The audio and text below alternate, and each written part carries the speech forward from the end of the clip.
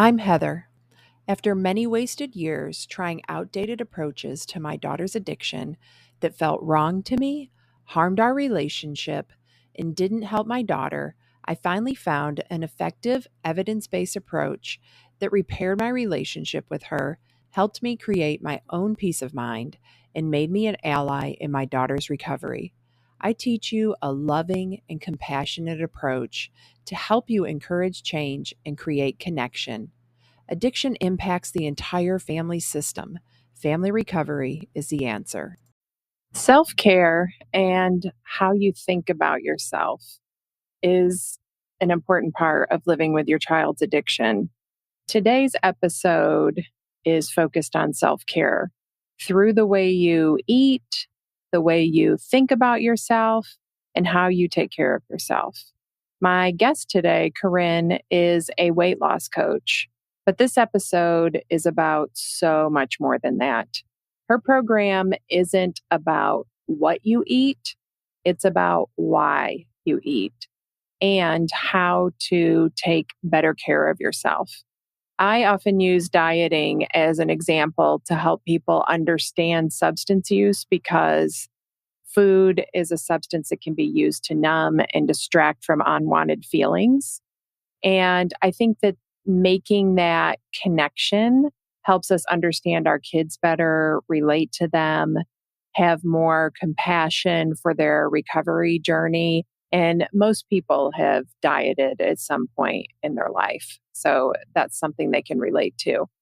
In episode number 66, I used myself as an example to explain ambivalence. And I shared how I wanted to lose weight, but I wasn't making it a priority. I was stuck in a rut, eating nothing but a protein shake until dinner, and then eating a big dinner because I was starved by then. And I wanted two things. That's the point of ambivalence. At the same time, I wanted to change that and prioritizing having lunches, but I also wanted to stay the same because I didn't feel like I had the energy to put into it. But it was really that I just wasn't making it a priority. And the way that I was thinking of it I wasn't putting enough value on using my energy there. And when I talked about it on that episode, it helped me step out of that hamster wheel. And it gave me the idea that I could think of food as a part of my self-care routine because I'm willing to drive 4 hours round trip for a sound bath.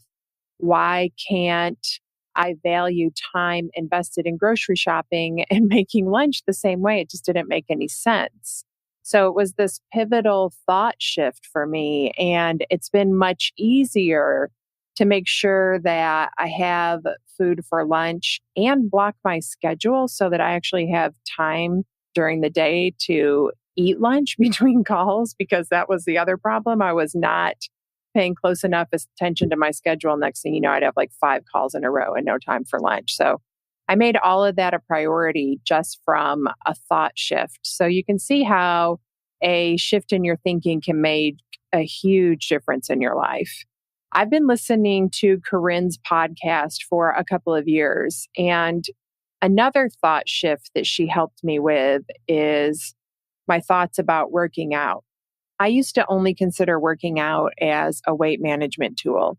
I really didn't like it very much, and I did not like working out alone. So I was always dependent on trying to find somebody to work out with me because I didn't trust myself to get to the gym or to go walk or whatever it was alone.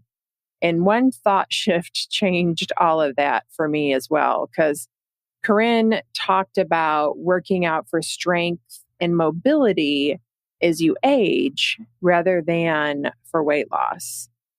And I want to be strong so that I can live a full, free life. I love to be active.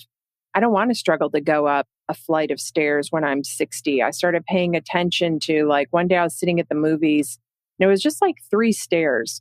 And several people who were not that old struggled just on those stairs. And I thought, like, I don't want to live like that. I want to be free. So now I work out to be strong and healthy. And just that shift in my thinking, like, I don't even have to think about it anymore. It's just what I go do every morning. And I'm happy to go do it alone. I never think about, oh, I need somebody to meet me there. So when I was planning this episode and thinking about the questions that would serve the listeners of this podcast, I did not anticipate how much I would get out of this interview myself because I've been around Corinne for so long and I've been listening to her podcast for years. We both trained at the Life Coach School. She was a coach there when I was a member of the program. She's also been my business coach for the last 4 months. So I was really surprised at this emotional experience I had talking to her. And if I had to sum up how I felt talking to her in two emotions, I would choose acceptance and relief. We talked about hard seasons in life and how sometimes crawling through those seasons is the best you can do. And I feel like I've been crawling for 3 years and I get really angry and resistant to it sometimes because that's not my normal speed. I was okay with it the first year. I moved to Florida after my divorce. I took time to heal from that. And I was dealing with how it felt to move away from Helena because she had stayed in Oklahoma. So I was trying to get settled in here. So I'd been really intentional about taking that year slow because I wanted to focus on healing. So I made better choices in my relationships in the future. So then year 2 comes along and I was ticked off about it because I felt healed from my divorce. Helena had gone to treatment and was living in Florida, and I was like ready to expand my life. But that's when I found out I had breast cancer. So more crawling through that year as I navigated that and all the emotions of it. It was just really a heavy experience. And I had several surgeries. So 9 months into year 2, I was healed from my surgeries. And even though things had not turned out as planned, my breast reconstruction had failed, leaving me flat. I had to wait before I could have more surgeries to attempt it again. I was just ready to run. Like as soon as I was healed, I was just so grateful to be out of bed because I was scared that I was just going to get stuck in the cycle of infections. I was just so relieved that I was out having a good time for like 3 months. And during that 3 months, I got to spend a lot of time with Helena and just make so many beautiful memories with friends. But it was just 3 short months later that Helena passed away. And there I was back to crawling again. And that lasted for another year. And now I'd say I'm walking and I would like to be running. So I get frustrated that I'm just not there yet. And in the interview, Corinne talks about a really hard experience that she faced as a mom when her son was diagnosed with autism and how she handled it. And my brain just started exploding with these memories of this time period of my life. And I was so judgmental about it. And I was trying to stay present in the interview with Corinne, but I'm also processing these big events that were coming up for me as she was talking. And she shared about how she would sit in the waiting room and work on building her business while her son was at his doctor's appointments. And as I'm looking at a woman that I really admire as Corinne, and I look up to her as a mentor, I guess I said that wrong. And she's telling this story, I could feel how hard that was. And I admired how she showed up for her son and her marriage and herself and her business during that time. And there was this 2-year period during Helena's addiction that I was taking her to 3 or more doctor's appointments every week. I had nobody to help me or support me with that. Several days a week, I just spent hours driving her to appointments.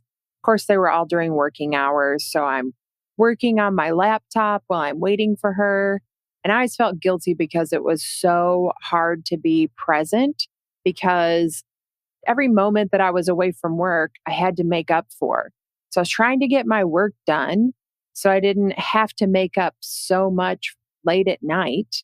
So I'm working in these waiting rooms, and it just felt like I could never really fully be present anywhere during that time, not to mention the stress of everything that was happening. So when I heard Corinne share that, I was like, I'm just going to release all of that guilt because I was just doing the best I could.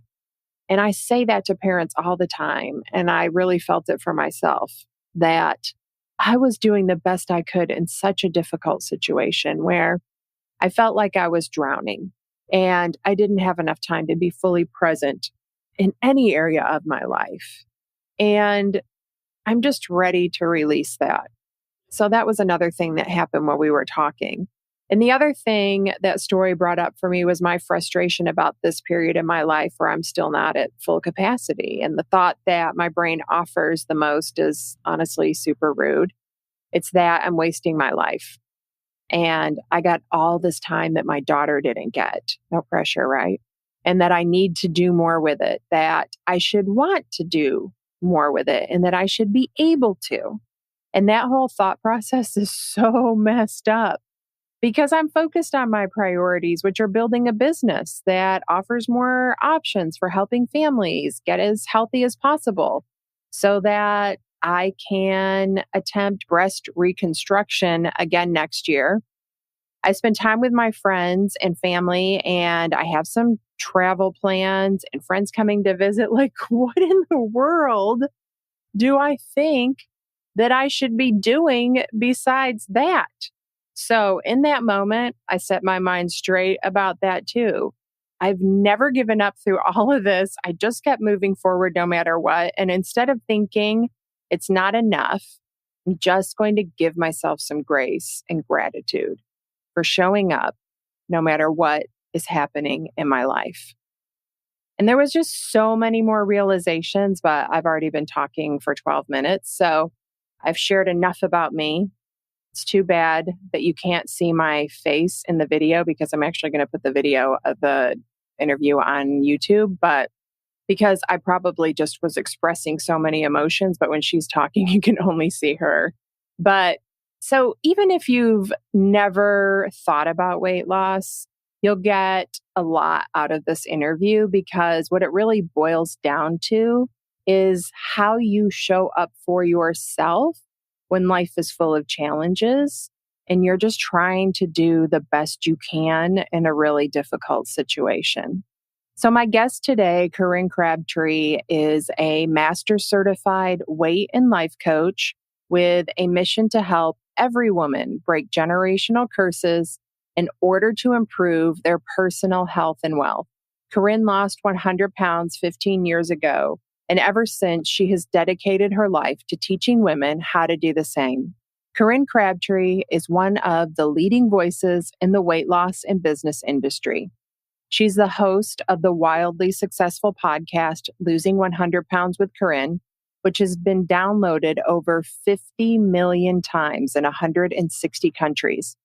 Over 1 million women have taken her free weight loss course, and Corinne now serves over 14,000 paid members in the No BS weight loss program. After being a featured expert at the Life Coach School and having her business rank number 1,052 in the Inc. 5,000 fastest growing businesses of 2022, Corinne founded the No BS Businesswomen's Membership. The program provides online entrepreneurs with simple frameworks, tools, and focus they need to take action and build the business of their dreams. In addition, Corinne offers advanced weight loss life coach training for coaches, dietitians, and medical professionals who want to improve their clients' weight loss outcomes. You can catch Corinne on Facebook and Instagram talking shit about the diet and online marketing industry. Her greatest passion is helping women get rid of their old shitty thoughts by using self-love to never quit on themselves again. So check out the show notes to learn more about Corinne or to find the link to sign up for a sample call with me. Corinne, thank you so much for being on the podcast today. Thank you for having me. So let's start with what makes your weight loss program different than all the other approaches. Well, one is we actually have real humans. I used to say it was because we did the emotions and the thought work. And you've got a few like Weight Watchers, they dabbled in it for a little bit. Now they're kind of switching gears, more going into some like the points plus like some weight loss medication assisted stuff. Noom, they do some of the behavioral stuff. And I looked into all of them. And what I found was while they were introducing some of the emotional and like behavioral thinking type stuff, they were doing it with like robots and automations. And what I have learned is that when someone needs to work on emotional eating and when they really need to figure out the reasons behind why they're eating, why they can't de-stress without food, why they can only like the only entertainment they have is around food. Like so many of my women will say, well, if I quit overeating, what will I do with myself? Like, I don't know, maybe we should explore that instead of eating every night. That's a personal experience. And so I think what makes us different is that we do not do calorie counting. We do not do food rules. You will not get lists and we will not talk macros. What we do is we talk about common sense basics on getting back to the way our body's designed to eat. And we combine it with anything we eat that our body doesn't need is coming from some emotional component. And let's unwind it and let's decide intentionally, what do you want that relationship with food and yourself to be? How do you want to talk to yourself? What dreams and goals are you not going after because you don't think you can, so you're eating? So we are a more, I would say, personalized, deeper experience than other programs. Yeah. So, and you mentioned overeating to fix stress, worry, anxiety. And what is emotional eating and why do we do it? So emotional eating is just essentially, so your body needs only a certain amount of food each day. So at some point it's going to say, yo, hungry, time, let's go. And then it's going to be like, oh, I've had enough. This is all I'm going to need to help you through the day. Anything outside of that is emotional eating. So it will sound like this. The light version is, well, I don't want to waste food. I mean, like my husband cooked that. I'd hate to throw that out. That would be so wasteful. That is emotional eating. That's you not wanting to feel wasteful instead of like thinking about why would I treat my body like a garbage disposal? Why not just not eat all of it until I figure out how to serve myself less? Then we can buy less at the grocery store. Then we can cook less. So it's like examining that all the way to a lot of my women eat at night because literally during the day, they're taking no time for themselves. They are like, they get up, they start with the kids, then they go to the work, and then they come home and they're back with the kids. And they're doing all of this stuff all day long. And they're saying yes to everyone. And then at night, when it gets quiet, they're left with themselves. And all day long, they've been pushing themselves like, you got to do this. You have to do this. You're not doing enough. You're like, yeah, a lot of my women will like talk about failing as a mother. They think they're failing as a mother if they don't delight in every toot and fart of their child. They just have all of these things that they think. And then at night, they can't just sit there and take a break. Everything that they did wrong races through their head. Everything that they need to do tomorrow that they're afraid they're going to forget is crowding and yelling at them. And so they end up eating because what they really need at night is a break. They truly need rest. They deserve rest, but they don't think they do. And so they eat to turn off those voices instead of figuring out, how do I start talking to myself differently? How do I not like crack the whip on myself all day long to perform? How do I tell myself I don't have to earn breaks? Like I'm just a human. If I'm tired, I just get to go to bed.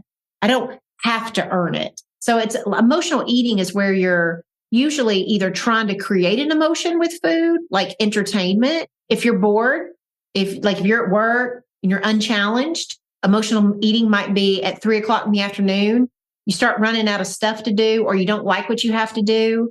And if you don't eat, you look unproductive, or you feel lazy, or you need your second wind, whatever it is. That's emotional eating. So it's creating feelings or trying to avoid feelings. Okay. And I just want to make the connection here about how that's just like somebody using any drug or substance in order to change how they feel. It's just using food instead.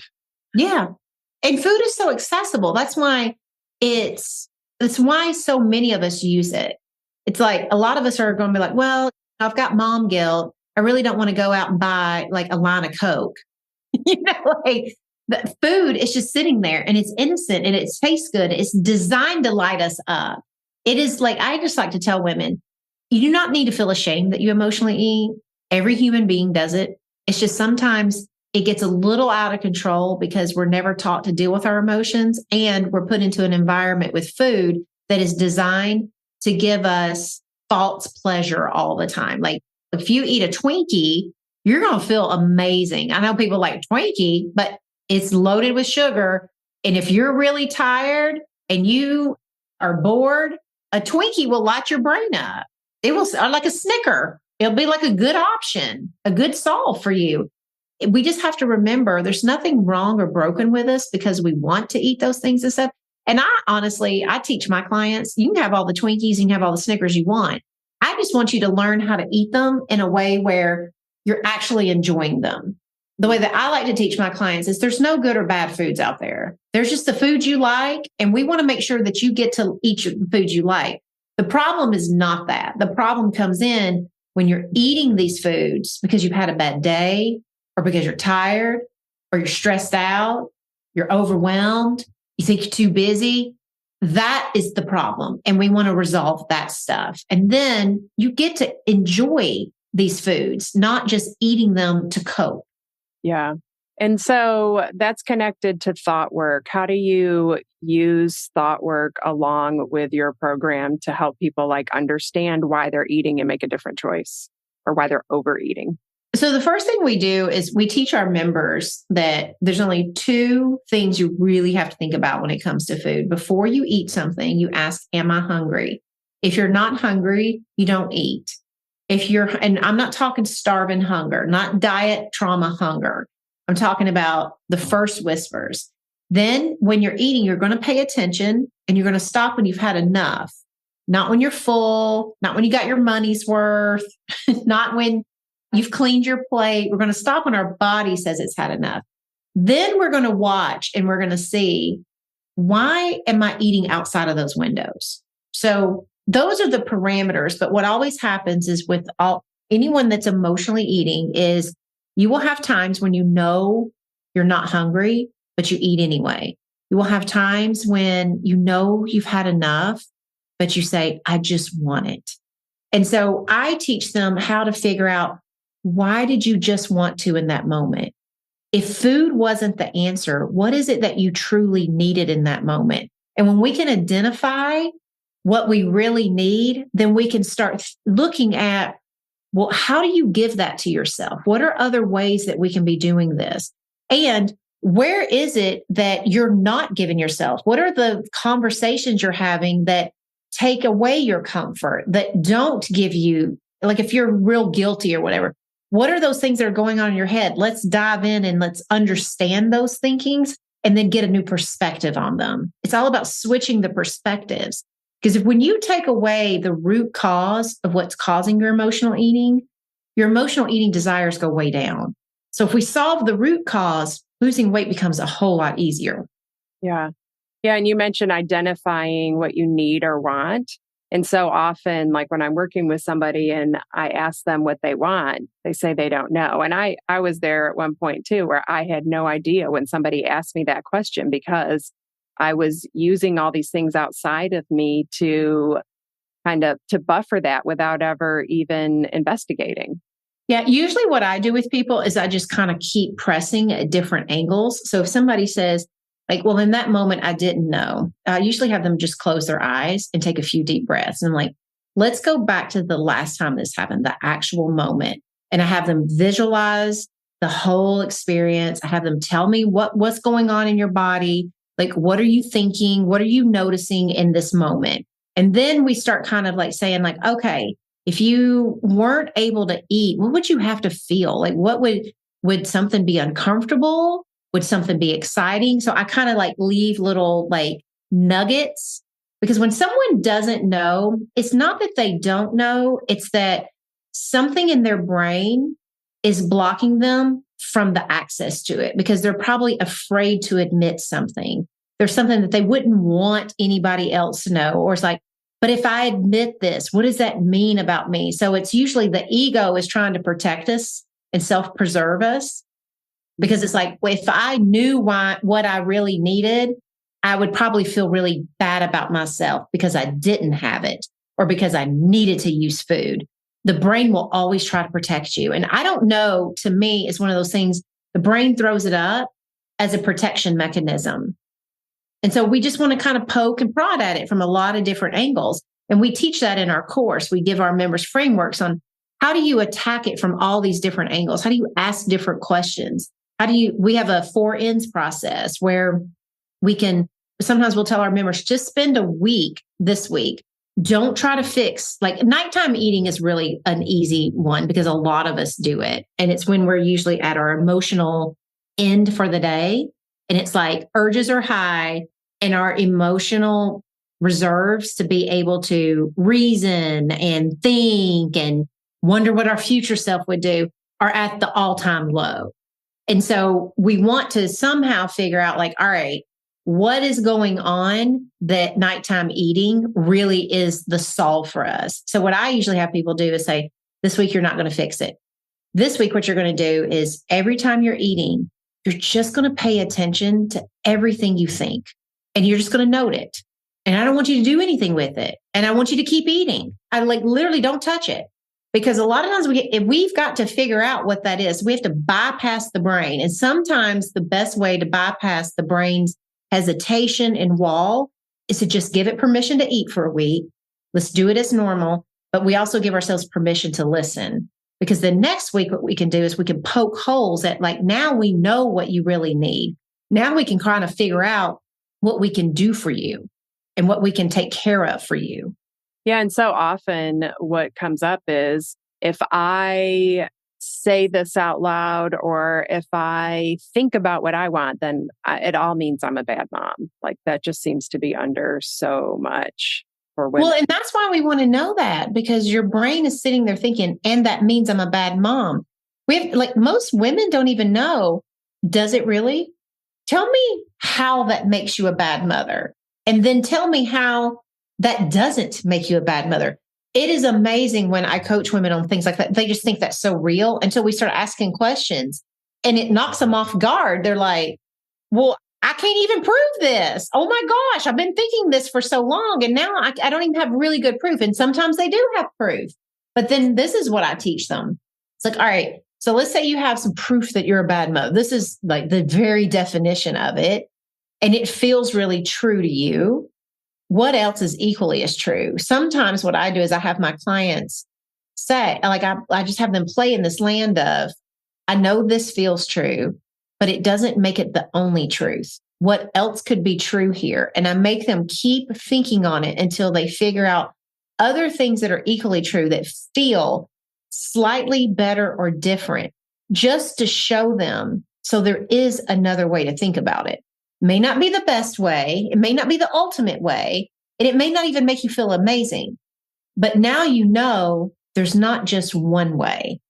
And so often that is what's critical to help someone unwind years and years of thinking, I'm a bad mother. I'm not doing enough. I'm not good enough. I should be better. Yeah. Yeah. There's so many more options. And we always seem to choose to think the worst ones about ourselves. Oh, yeah. So a lot of the listeners, I mean, they're going through really intense stuff with their kids and their substance use, and they're feeling really overwhelmed about it. So when somebody's in that situation, like, what's a good place to start to take better care of themselves and eating healthier? I think the first thing is, I don't even know if I would try to eat healthier at first. I'd probably just try to figure out, what do you emotionally most need? For some people, when they're going through really tough seasons, and this is, I know I'm a weight loss coach, but I truly believe this. When you are going through a really tough season, this is probably not the time to be trying to lose weight. And you need to define, what do you want eating to truly look like? If the best you can do some days is ice cream for dinner, then let's just do it intentionally. Long term, taking care of yourself is not about what you consume, and it's not even about how much you consume. Long term, it's more about the reasoning and the intentionality behind you doing it.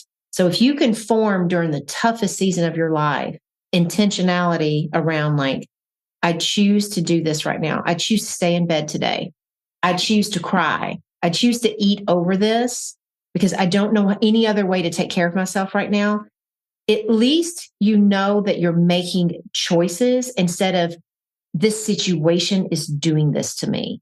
It's all about, like, teaching yourself at the end of the day, you have your back no matter what. You will always be the one making the decisions. You will always think things through.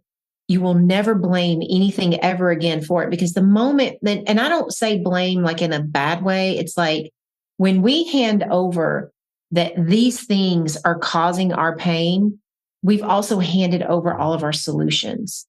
And when you're going through an incredibly tough season, if the only solution is that person is fixed or different, you have no hope of feeling different, because the likelihood sometimes of those situations changing fast enough in order for you to feel better is zero. It could be a long, like if your child is suffering from depression, or you have a child who is into drugs or whatever, it could be a while before that resolves. And we can't wait to the end in order for you to feel cared for, in order for you to know how to nurture yourself, in order for you to know how to take care of yourself. That work has to begin now while we're in crisis mode. What I watch most women do is throw it all away. Like, I'm throwing away everything for me and just dealing with this crisis. There's ways to still care for yourself. And sometimes it means taking a beat and breathing and saying, the best I can do in this moment is eat pizza. But I just want to know that I'm doing it on purpose. I no longer do it thinking I have no hope. I'm breaking that part of my cycle. Yeah.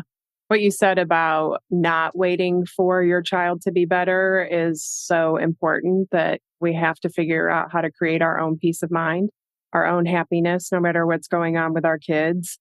And I liked what you said about, I'm eating because I don't know what else to do, because I think so often parents don't know what else to do, or their kids' addictions changing faster than they can keep up with. And I think that that's really powerful just to admit to yourself, because, like, for me, for a long time when I didn't know what to do, I was just like hiding from it. I was working all the time, whatever I could do to get away from it. But admitting it, that I didn't know what to do, and that I was completely lost, was actually really a changing point for me. So Yeah. I like that. It can offer some relief. Like, it's like, I just think when we tell ourselves the truth of what's happening for us, when we have the truth, we also have solutions presented. When you're not telling the truth, the solutions will never present. I remember when my son was diagnosed with autism, he was 5, and I had lost my weight at that point, and I was already trying to build my little weight loss business. And the day after he was diagnosed, my husband and I, it's a crazy story, but this was back in 2000 and I can't remember how old. I think it was 6 or 7, somewhere around there. And that night, my husband got online and found us a conference in New Jersey. We live in Nolensville. Booked tickets. We didn't even have a babysitter for our child. He called his parents, who lived 3 hours away. They had no idea we were testing Logan, to tell them that he had been diagnosed. They needed to get to Nashville because we had a flight at 9 a.m. in the morning to go to New Jersey for a conference. And so, as my husband always does, he's just an immediate action taker. The day we got there, they told us that 85% of marriages end in divorce when the diagnosis of autism comes. And I was devastated. I loved my husband. My whole world had just literally been blown up in one afternoon at Vanderbilt Hospital. And that night, I looked at my husband and said, we're getting pizza and I'm eating all I want. I will regroup tomorrow, but I can't do another thing today. And that, like, the best thing I could do for myself in that moment was just to eat my face off. And I look back at that moment and I think about why didn't I just regain all my weight? And I think it was because in that moment, I didn't say, I can't handle myself. In that moment, I was like, this is how I'm going to handle myself. I went in with eyes wide open, and I knew it was not going to be my long-term strategy, but it was going to get me through that night. And I just needed to get through one night and then have the courage the next day to decide what would I need that day to keep putting my feet in front of each other. And I think it's powerful when you tell yourself the truth.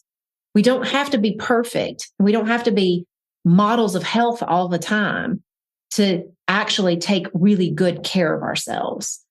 Yeah. And you are such a great example of, like, even though that really tough thing was happening in your life, you still continued to build the best possible life for yourself and for your family. Because so many people think, and I thought this too initially with my daughter, that like there's this thing keeping them from the life that they want. Like, it doesn't matter what the thing is. Like, I've noticed most people think there's something in the way of the life I should be having, and I can't have it until that thing changes. And no matter what it is, we still have the option of building the best possible life for ourselves, no matter what that thing is, just building around it, accepting it. Like you said, like admitting the truth.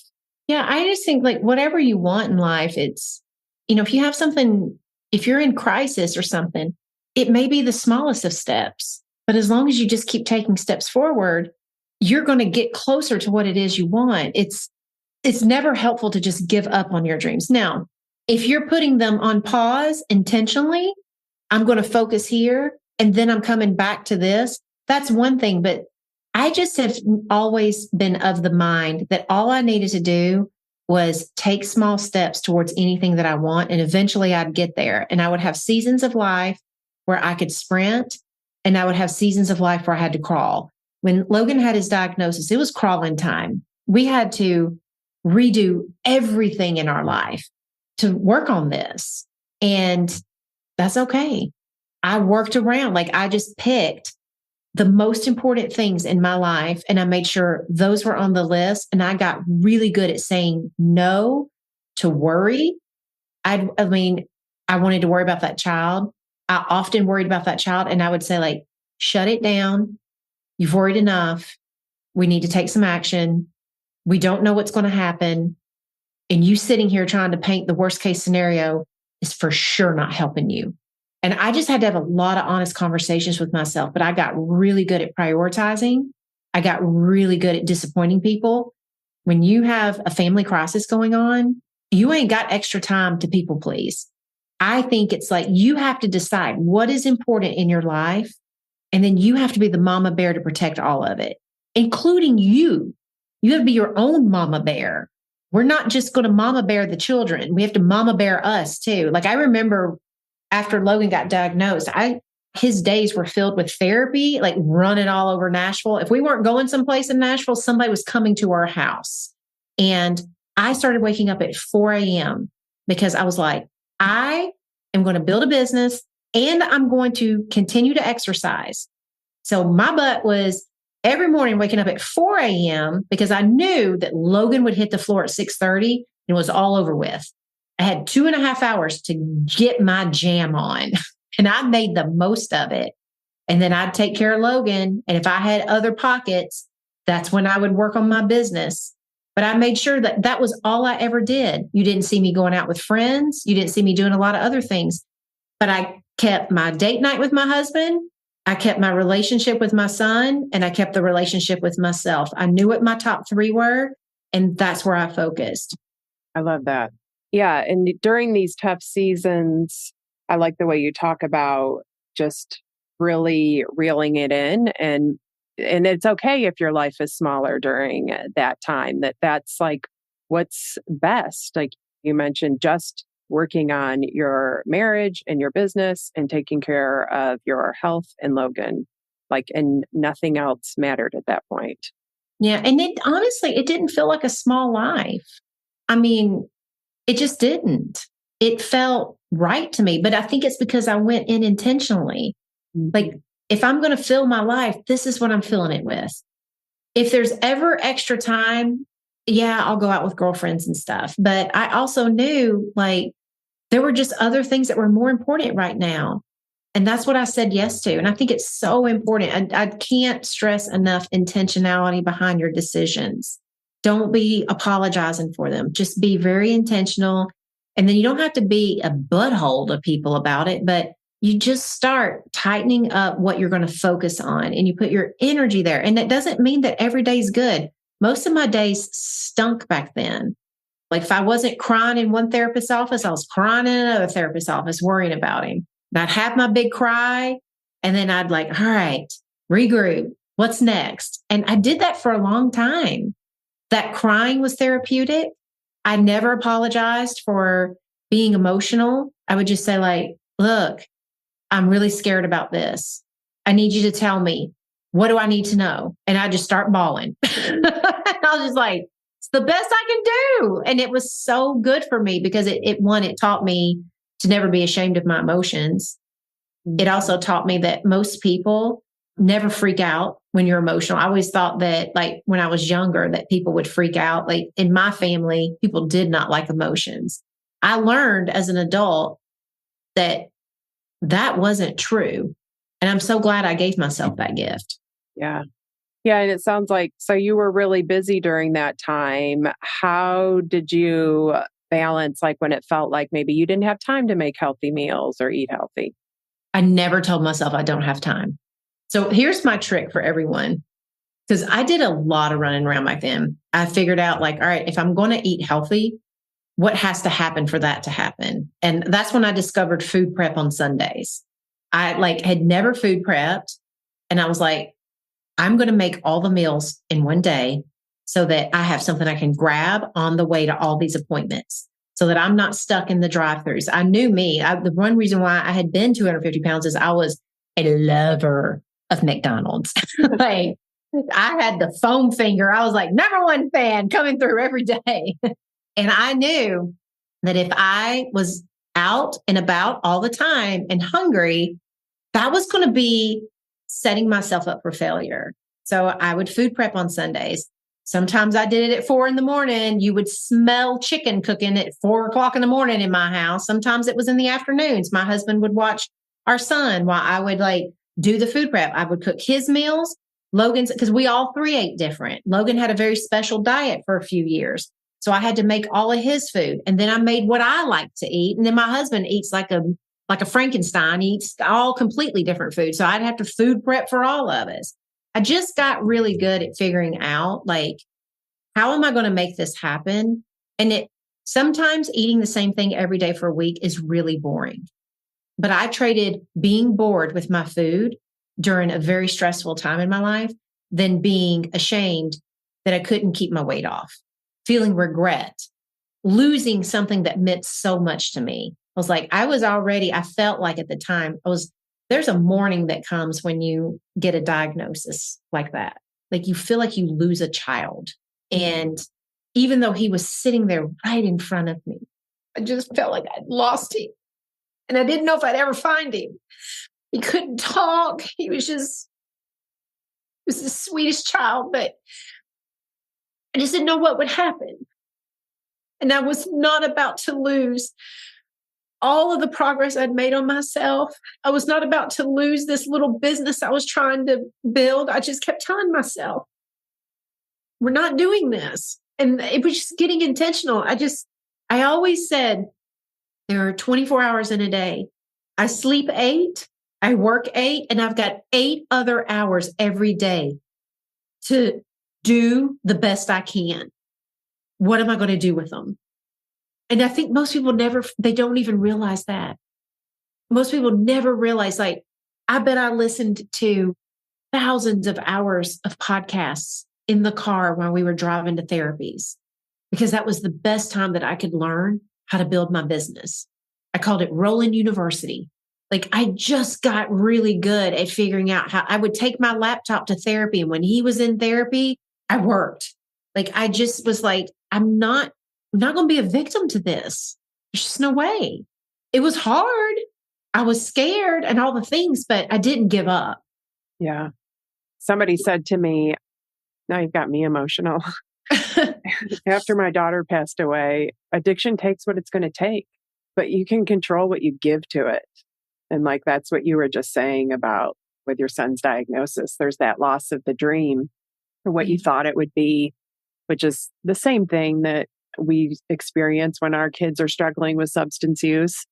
And yeah, just that like determination of, I'm not going to give this anything else, even though I've lost my daughter to it. I'm going to minimize, I'm going to give some to it. It's inevitable because I'm human, but I'm going to minimize that as much as possible.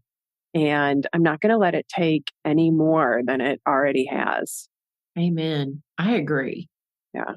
So I guess one last question. What do you tell people like who they've tried, they've struggled to lose weight, they haven't been able to in the past, they think it'll never happen for them? How do you help people like that? There's two things I would tell people. Number one is that every success story I've ever known that's lost weight, especially the more you've struggled in your past, every one of us on day one doubted that last time we lost our weight. I remember when I got off the couch and was like, all right, today's the day. I'm going to do something. I had zero belief I was going to lose 100 pounds, -0. Like, just find me a negative number. That's where I was at. It doesn't matter if you believe, not in the beginning. What really matters is, can you stay focused on today? And I got this from Ben Pugh, who is another podcaster. He was telling me this story about GPSs. He said, your life is, as you're going through it, it's like a GPS. The GPS only cares where you are now and where you're going. It doesn't care what street you were just on. It doesn't care what street you drove down last week. It's never using any of that past to try to calculate on where you're going. The GPS is always looking at the route and trying to figure out how to navigate you there. And that's all you have to do. It's just that, like, if you want to lose weight, you just have to say, like, all right, this is where I'm starting. What's the first left turn? What's the next turn? Where do I go straight? Where do I need to reroute? That's literally all weight loss is. So if you quit looking back, it's a lot easier, because when you look at today, you actually see what you can change. When you look back, you're not really seeing anything. Yeah. I was just thinking when you said that about how, like, when our kids are trying to get into recovery and they feel like it won't work, it's the same exact thing. I never really made that connection before, or the fear that we have as parents that it won't work this time, or that it's been 20 times, so it's never going to work. But it's really the same thing, just like the GPS story.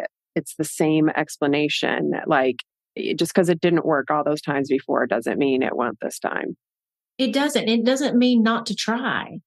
Of course, it's going to be scary, because where your brain is trying to, like, it's just trying to create some certainty. And especially if your kid is in a crisis, you're not going to be able to create certainty that it will work. Your brain has too much past evidence that it's not so far. But you can create certainty that you don't know exactly what will happen this time. Like, be certain that I have a podcast that I did a long time ago. I need to have my team reboot this one because it was a good one, but it was talking about your magic moment. One of the saddest things that I think so many people do is they sit back and they, like, in weight loss, they don't start again. And they never know when that was going to be their magic moment. The day that I was sitting on my couch, well over 250 pounds, looking at my son at 10 o'clock in the morning, he was a year old, and I couldn't play with him. I am so glad that I doubted, that I was scared to death, but I took action anyway, because that was my magic moment. And I had no clue that it was it. None of us know when that's coming. You will not know until you are a success. And then you'll look back and be like, that was the moment. You're not supposed to know it in the moment. You're supposed to feel like butt. Like, that's just, if you're going to do anything that's scary or anything that you're scared of, it just feels like butt in the beginning. But we need to normalize that. It doesn't mean something's wrong. It means, yeah, get going. Time, it's here. Yeah, that's so good. Be certain it can be different this time. I love that. So, do you want to just tell us to end a little bit about your program and how it works for anybody that's interested in checking it out? Yeah. So if you're interested in losing weight, it's called the No BS Weight Loss Program. It's a membership where you get me coaching and group, you get a course, community, all kinds of amazing things. Most people do really well if they will take my free course first so that you can, I know we haven't been cussing on this, but I'm a voracious cusser. So it's really good for you. I always like for people to try my free course first. It's like, let's just make sure that you like the live, cussy, animated version of Corinne. This has been more of the like emotional, the deep cuts. You get all of it when you get me. I mean, you get all of me, but there's also another crazy butt side too. So go to nobsfreecourse.com and we will send you our little free weight loss course. Over 1 million people have already taken it. It's been very helpful for so many people, and it will give you a taste of my common sense plus mindset approach to losing weight. All right. Well, thank you so much for just being vulnerable and open and just sharing your experience. Because I think it doesn't matter if our kids are struggling or they're going through something or things aren't like we expect.